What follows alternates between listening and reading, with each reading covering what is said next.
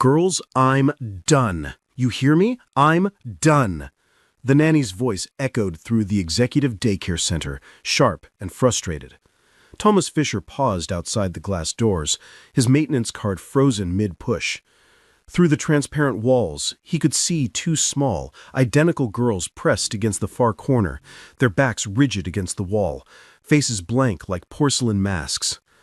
"I don't care if your mother is the CEO of this entire building," the nanny continued, her phone already in her hand. "You've got 10 nannies to quit in 3 months. You just sit there like little ghosts. It's creepy. It's wrong." The twins didn't move, didn't blink. They stared straight ahead as if the woman didn't exist. Thomas should have kept walking. He had 3 more floors to clean before his shift ended. But something about those 2 girls, the way they held themselves so still, so carefully, like they were trying to disappear, made his chest tighten with recognition. He knew that stillness. He'd lived with it for 6 months after the accident. Before we continue, please tell us, where in the world are you tuning in from? We love seeing how far our stories travel. The nanny stormed past him, phone pressed to her ear. "Yes, Miss Sawyer, I'm calling to inform you that I quit, effective immediately. I can't work with children who won't even try." Her voice faded down the corridor. Thomas looked back at the twins. 7 years old, maybe. Long curly brown hair, matching red dresses now rumpled from hours of sitting. And that terrible practiced emptiness in their eyes. The kind that comes from learning that silence is safer than speaking. He should walk away. He was just the janitor. This wasn't his problem. But those girls looked exactly like his son had looked, back when Dylan had decided the world was too loud, too painful, too much to face. Thomas made a choice. He pushed his cart through the daycare doors. The twins' heads turned slightly, watching, wary. "Hey," Thomas said softly, keeping his distance. He didn't approach them, just stood near the door, making himself small, unthreatening. "I'm Thomas. I clean this building. I heard what she said to you." No response. But their eyes tracked him now. "She was wrong," he continued, his voice low and steady. "You're not creepy. You're not wrong. You're just scared. And that's okay." One twin's fingers twitched, the smallest movement, but Thomas caught it. He'd learned something crucial in the years since the accident. Sometimes the loudest communication happens in silence. "I'm not going to make you talk. I'm not going to demand anything from you. I'm just going to be here for a minute, and then I'm going to leave. Is that okay?" Still no response, but their shoulders lowered, just a fraction. Thomas slowly sat down on the floor across the room from them, his back against the opposite wall. He didn't stare at them, just sat there, existing in their space without threat. 5 minutes passed. The only sound was the quiet hum of the building's air conditioning. Then Thomas stood up, nodded once to the girls, and left. As the door closed behind him, he heard it, the softest exhale, like they'd been holding their breath and finally felt safe enough to release it. Thomas pushed his cart down the hallway, his mind already working. Tomorrow, he would come back, and he would bring something with him. Something small, something smooth, something that said, "You're not alone." That night, in his small apartment across town, Thomas sat at his workbench in the corner of the living room. Wood shavings scattered across the surface as his carving knife shaped a small piece of maple wood. "Dad?" Thomas looked up. His 7-year-old son, Dylan, stood in the doorway in his dinosaur pajamas, rubbing his eyes. Thomas's hands moved in the fluid gestures of American Sign Language. "Can't sleep, buddy?" Dylan shook his head and padded over to the workbench.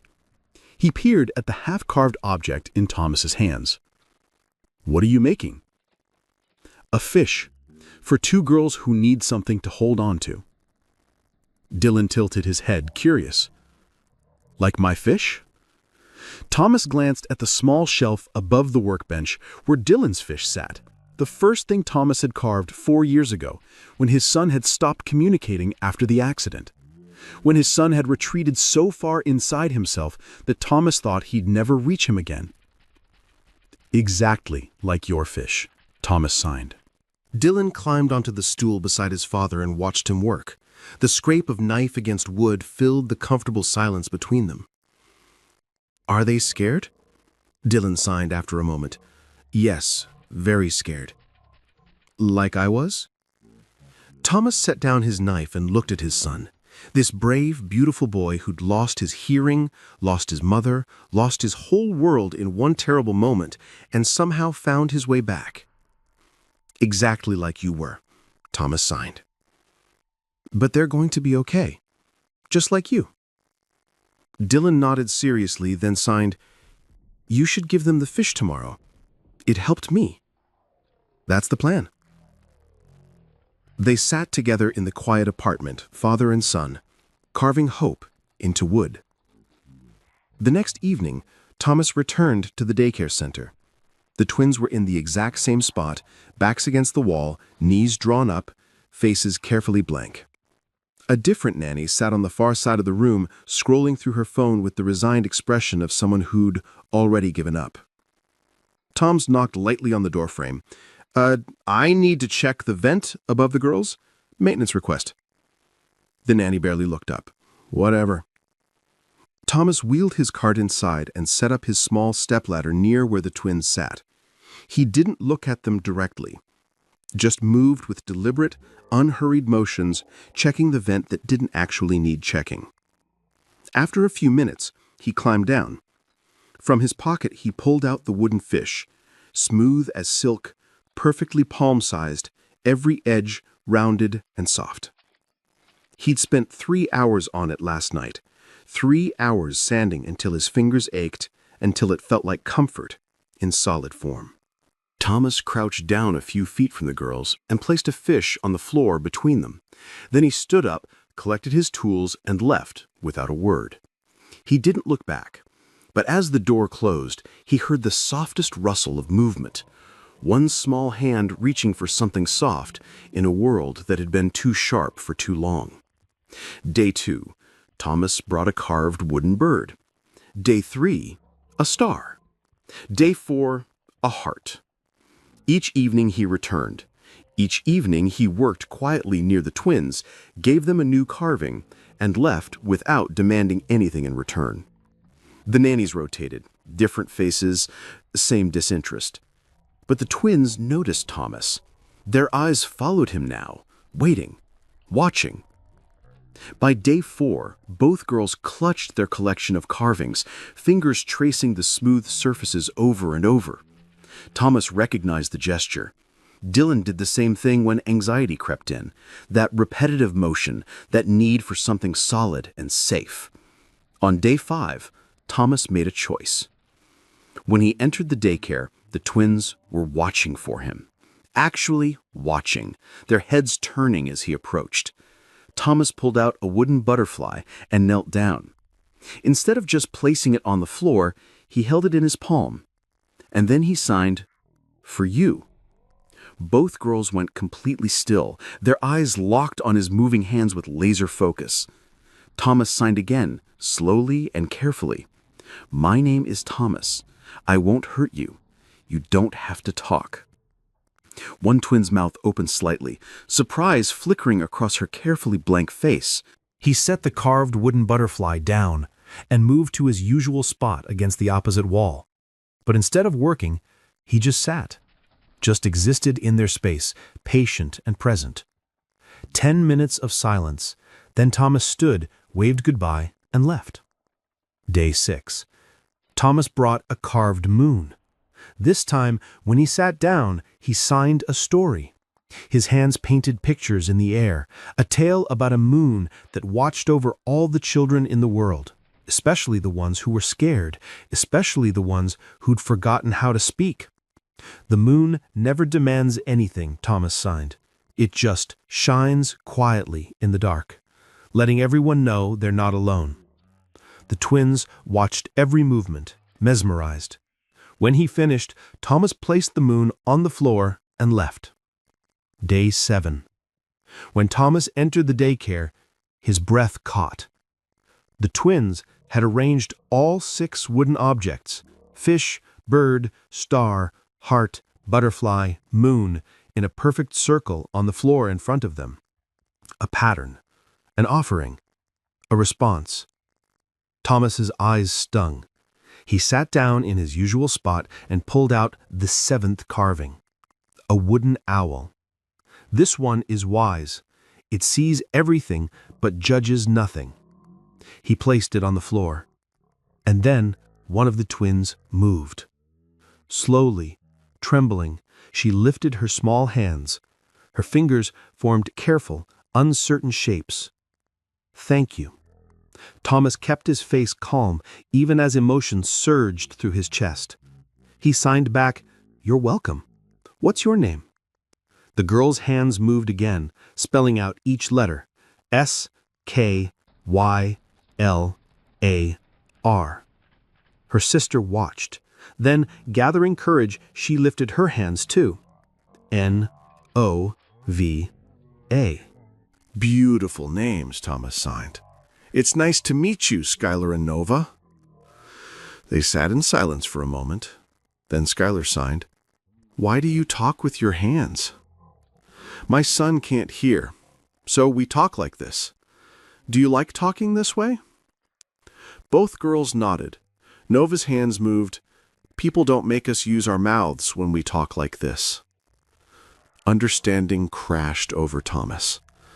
Everyone wanted them to speak, to use their voices, to be normal. But sign language let them communicate without that pressure. It was a language of silence, and silence was where they felt safe. "You never have to use your mouth with me," Thomas signed. "Your hands say everything just fine." Skylar's fingers moved hesitantly. "Our therapist taught us to sign. After we stopped talking, she said maybe we could talk this way instead." "That was a good therapist. This is a real language, just as good as speaking." For the first time, something shifted in their faces. Not quite a smile, but close. Relief, recognition, hope. After that 7th day, Thomas came every evening. The twins signed with him freely now, hesitantly at first, then with growing confidence. They told him stories through their hands, asked questions, shared small pieces of their world. 3 weeks in, Skylar signed something that made Thomas's chest ache. "Our daddy used to yell a lot. He got mad when we didn't act right, when we were too loud or too quiet or too anything. One day he left and never came back."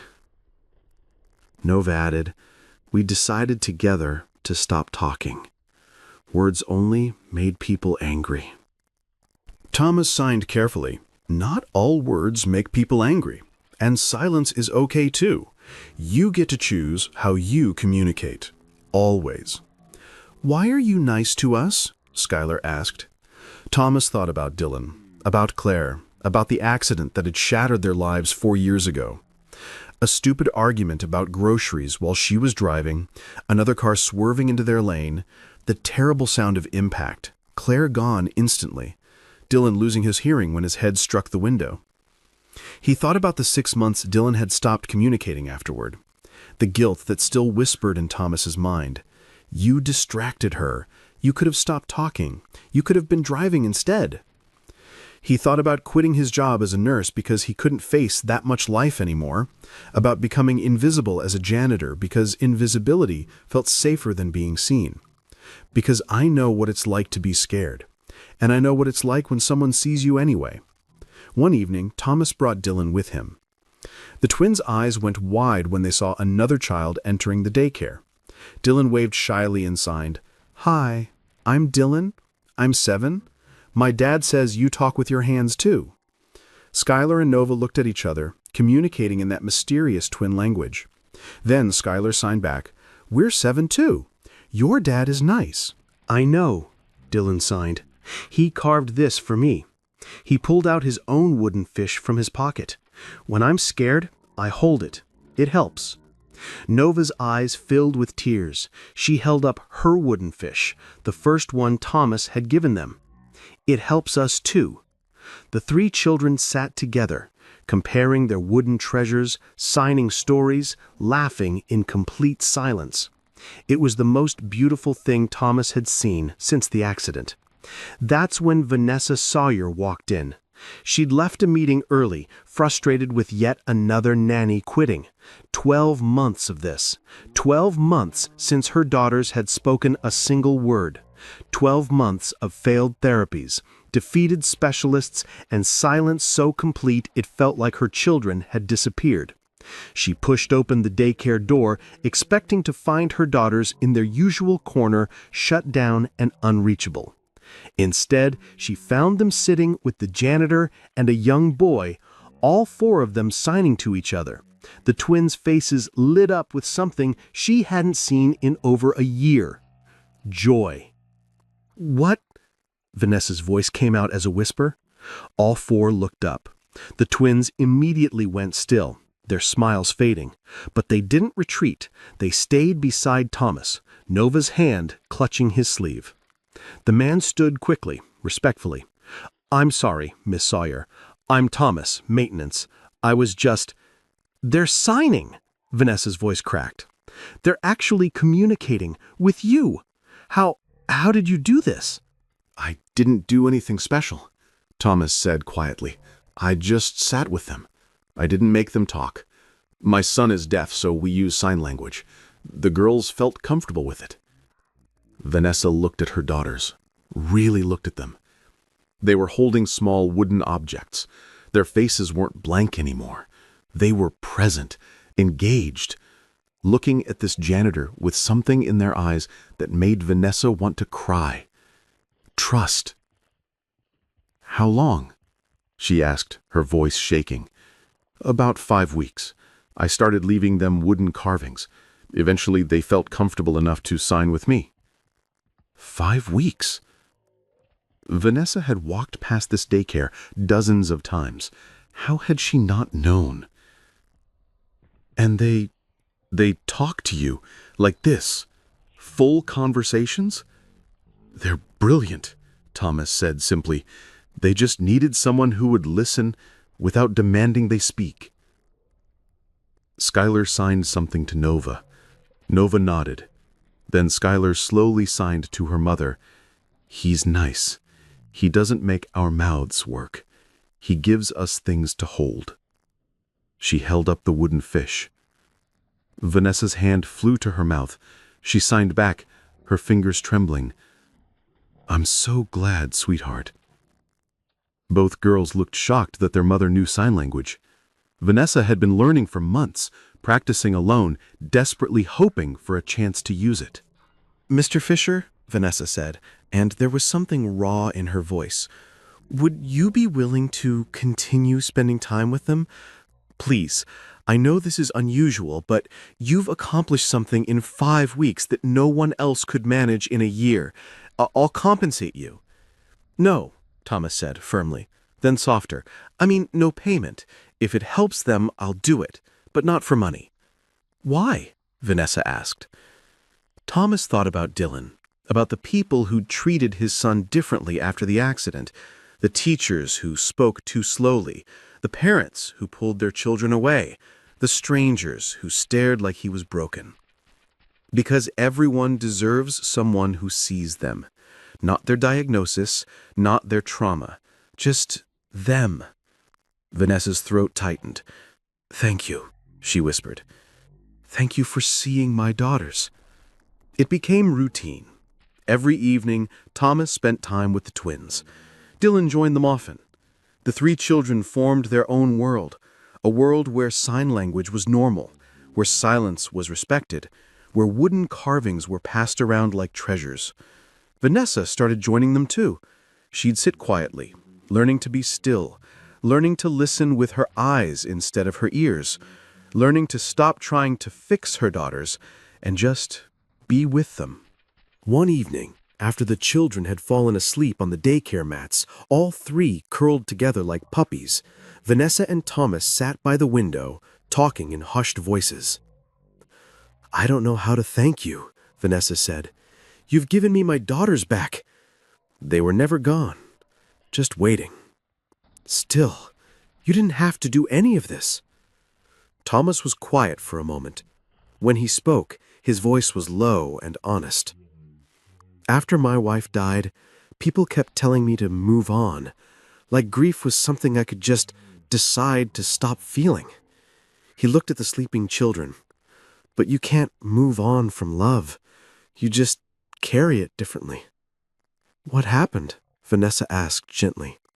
And Thomas told her about the accident, about the argument in the car, something stupid about forgetting groceries that ended with screeching tires and shattered glass, about Claire dying on impact, about Dylan surviving but losing his hearing, about the guilt that whispered in every quiet moment, "You distracted her. You could have stopped talking." About quitting his nursing job because he couldn't face that much life anymore. About becoming invisible because invisibility felt safer. "Helping Skylar and Nova," Thomas said softly, "it's not about moving on. It's about using what I learned from my own pain to ease someone else's. Otherwise, what was it all for?" Vanessa reached over and took his hand. "You're a good man, Thomas Fisher." He looked at their joined hands, then up at her face. "You're pretty remarkable yourself." The moment stretched between them, charged, uncertain, full of possibility. "I should go," Thomas said, but he didn't move. "You should," Vanessa agreed, but her hand tightened on his.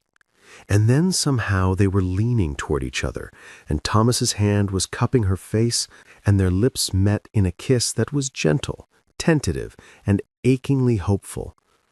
When they pulled apart, Vanessa whispered, "I haven't felt this in so long." "Neither have I," Thomas admitted. "We should take this slow," Vanessa said, "for the children." "Coffee?" Thomas suggested. "An actual date, somewhere that isn't this daycare center?" Vanessa laughed softly. "Coffee sounds perfect."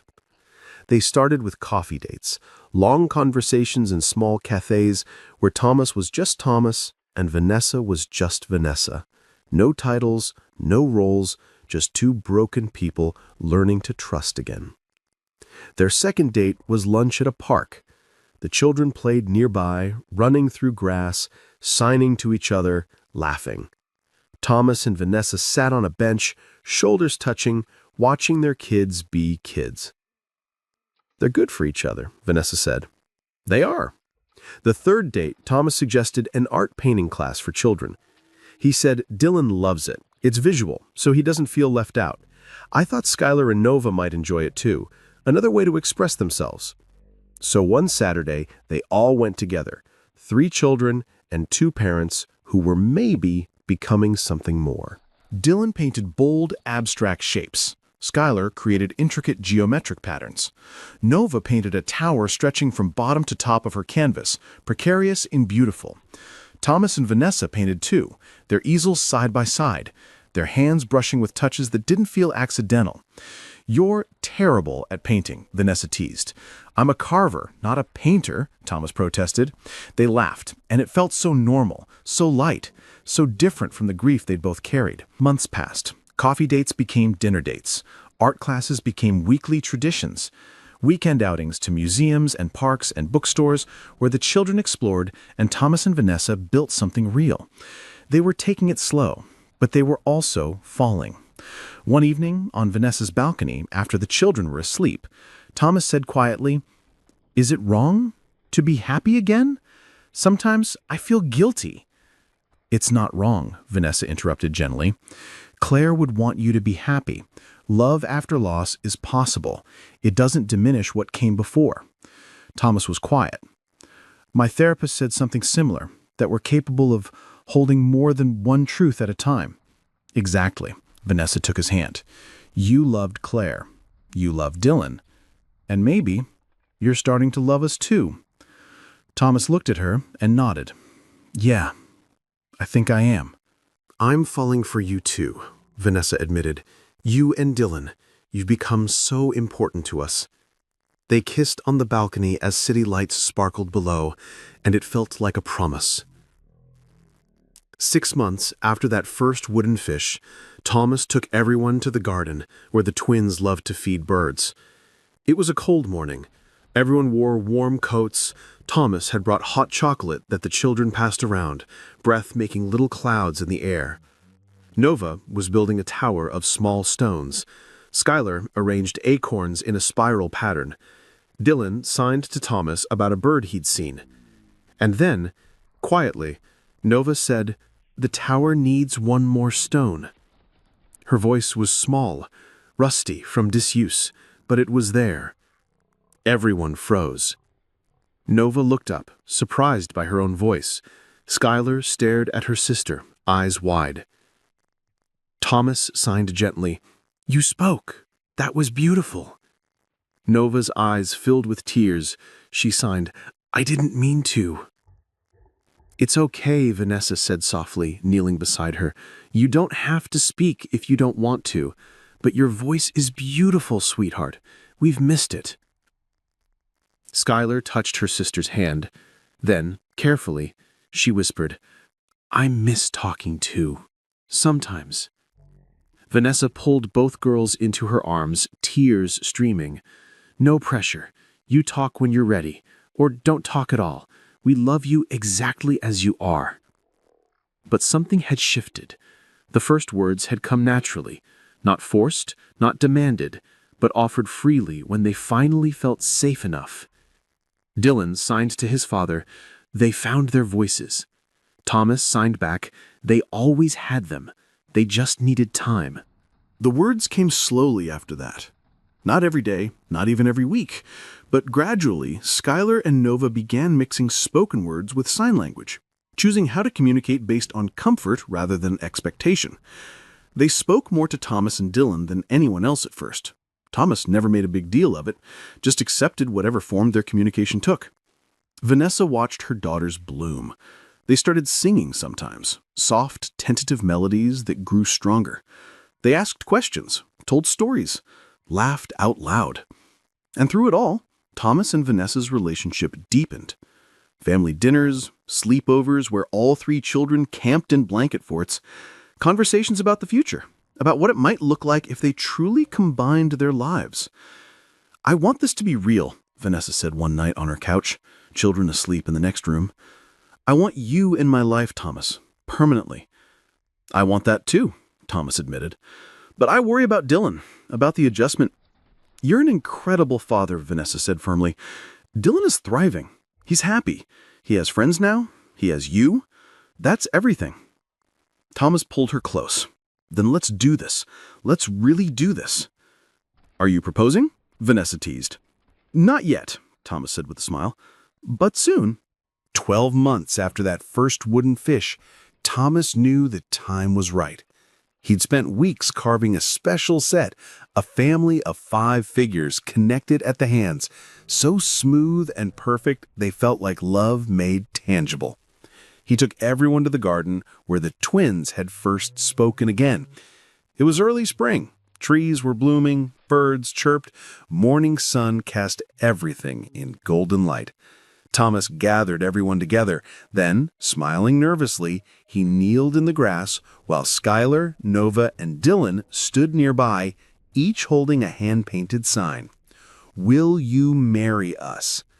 Vanessa's hands flew to her mouth. She looked at Thomas, at the children, at the signs they held with such hope.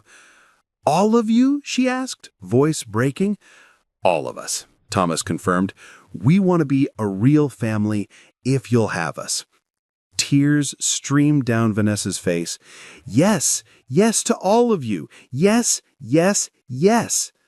The children rushed forward, wrapping arms around their parents in a tangle of laughter and love. Skylar spoke clearly. "We're going to be a real family now." Nova added, "With a dad who listens." Dylan signed, "And sisters who understand me."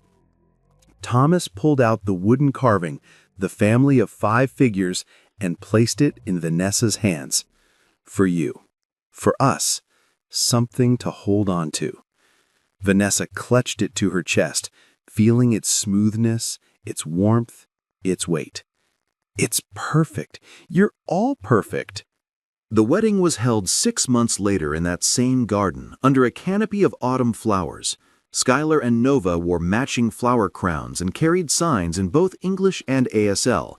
Today we become a family. Dylan signed the vows for Thomas, his small hands careful and precise. Vanessa repeated them, voice steady and sure. The twins spoke their own vows, short and simple. We promised to be brave together. When they exchanged rings, all 3 children rushed forward, wrapping arms around their parents in a tangle of laughter and love. That evening, in their newly shared home, a house with a garden and a workshop for carving, the family gathered in the living room. Skylar and Nova sat at the piano in the corner, playing a duet they'd been practicing. Their voices joined the music, still hesitant sometimes, but growing stronger. They sang a song about finding home, about being safe, about love that covers you when you feel too small. Dylan sat beside them, feeling the piano's vibrations through his hands, his face bright with joy. Thomas and Vanessa stood by the window, arms around each other, watching their children, their family, fill the house with music and laughter. "We did it," Vanessa whispered. "We built something beautiful from broken pieces." "We did," Thomas agreed. "Together." On the mantel sat the wooden carving of 5 figures holding hands. Smooth, perfect, unbreakable. Next to it, the very first wooden fish Thomas had carved, the one that started everything. Small objects that said, "You're not alone. Someone made this thinking of you." Someone carved away all the rough edges so it wouldn't hurt to hold. 2 broken families had become one whole one. Skylar and Nova found their voices again, speaking more each day, singing when the mood struck, slowly letting the world back in on their own terms. They learned that silence was okay, that sign language was just as valid as speech, that they could choose how to communicate. Dylan found sisters who learned to sign fluently, who included him in everything, who never treated him like he was different or less. He found a second mother who learned his language and loved him fiercely. Vanessa found a partner who understood that strength sometimes looks like vulnerability, that healing isn't linear, that love, after loss, is possible. She found peace knowing her daughters were truly okay, not fixed or changed, but accepted and loved exactly as they were. And Thomas found forgiveness, not just from Vanessa or the children, but from himself. The guilt would always be there, a quiet companion. But it was no longer the only thing he carried. He carried love, too. Hope, purpose, family. He'd learned what he tried to show the twins all those months ago, that everyone deserves to be seen, not their diagnosis or trauma or problems, just them, whole, worthy, deserving of gentleness, including himself.